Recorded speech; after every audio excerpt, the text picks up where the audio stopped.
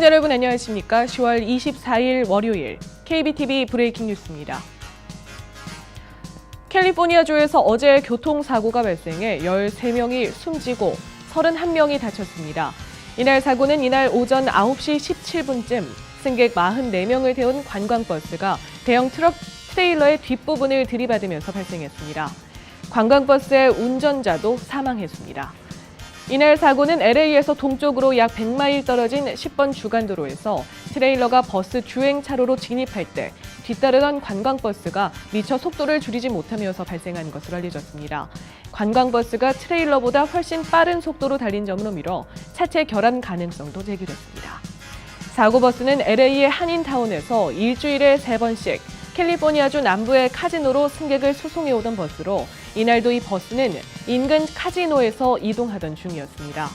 코리아타운에서 출발한 버스인 만큼 한인 피해자가 있을 가능성도 제기됐지만 사고 현장에 급파된 주 LA 한국 총영사관 측이 리버사이드 카운티 검시국에서 시신의 신원을 모두 조회한 결과 한국인 또는 우리 동포의 이름은 없는 것으로 알려졌습니다. 오늘 오전 뉴저지 뉴왁에서 뉴저지 트랜짓버스와 승용차가 충돌해 13명이 부상을 입었습니다. 오늘 오전 5시 마틴 루터킹 주니어 대로에서 우회전을 하던 차가 웨스트 마켓 스트리트에서 동쪽으로 향하던 버스를 들이받으면서 사고가 발생했는데 차에 타 있던 2명은 모두 부상이 심각한 것으로 전해지고 있습니다. 버스에는 총 29명이 탑승하고 있었으며 이 중 11명이 경상을 입었습니다. 경찰은 사고 원인을 조사하고 있습니다. 오늘 아침 학교를 향하던 13살의 학생이 차에 치여 숨졌습니다. 사고는 오늘 아침 7시경 2명의 학생이 퀸즈의 린덴우드에서 크로스베이 대로를 건너던 중 발생했습니다. 두 학생 모두 차에 치여 한 명은 사망했고 다른 한 명은 중상을 입었습니다. 경찰은 운전자에 대한 조사를 들어갔습니다. 브롱스에서는 어제 휠체어에 앉은 한 남성이 다른 남성에게 총을 난사하는 사건이 발생했습니다.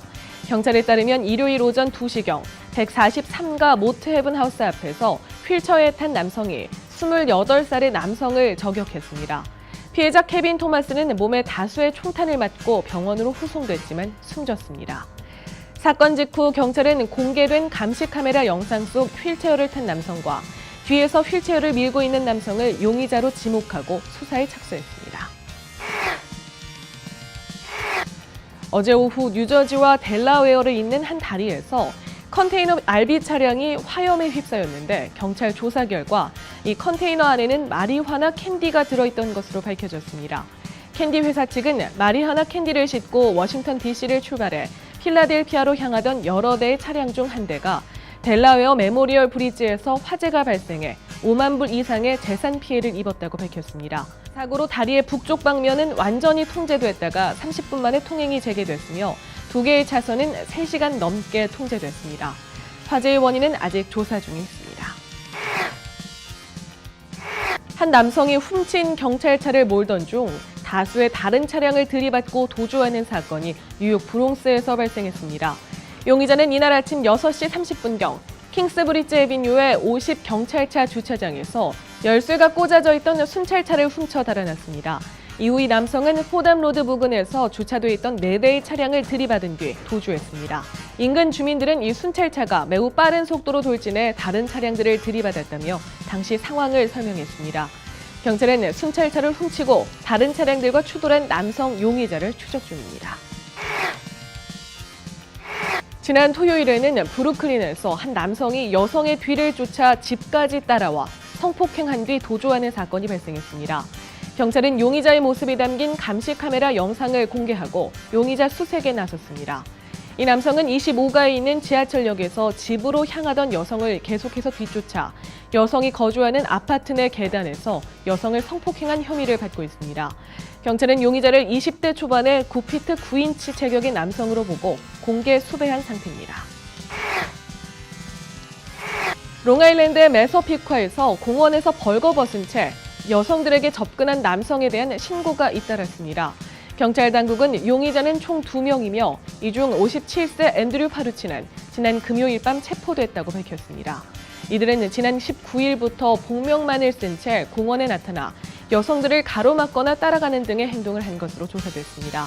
아직 체포되지 않은 남성은 5피트 10인치의 흑인으로 마른 체형의 40대로 알려졌습니다. 캘리포니아주 프레즈노 고등법원은 수년간 상습적으로 친딸을 성폭행한 남성에게 징역 1,503년을 선고했습니다. 41살의 르네 로페즈가 지난 2009년부터 13년까지 4년간에 걸쳐 일주일에 2~3번씩 자신의 친딸을 성폭행한 혐의입니다. 재판을 담당한 에드워드 사키시안 판사는 로페즈가 사회에 심각한 위헌 인물이라고 밝히면서 로페즈는 참회하는 모습을 전혀 보이지 않았으며 오히려 딸이 자신을 곤경에 빠뜨렸다고 비난했다고 중형 선고 이유를 밝혔습니다. 피해자인 로페즈의 딸은 당시 어리고 힘이 없었고 목소리도 낼 수 없었다며 본인을 방어할 수 없는 상태였다고 증언한 것으로 알려졌습니다. 로페즈는 재판 과정에서 2차례나 유죄를 인정하면 각각 징역 13년, 22년으로 감형해주겠다는 제안을 받았지만 거부한 것으로 알려졌습니다. 힐러리 클린턴 미국 대통령 후보 캠프의 뉴욕 본부에서 흰 가루가 든 봉투가 발견돼 직원들이 대피하는 소동이 벌어졌습니다. 뉴욕시경은 브루클린 소재 건물 11층에 위치한 클린턴 캠프 본부에서 근무하던 인턴 직원 2명이 흰 가루가 든 봉투를 발견했다고 전했습니다.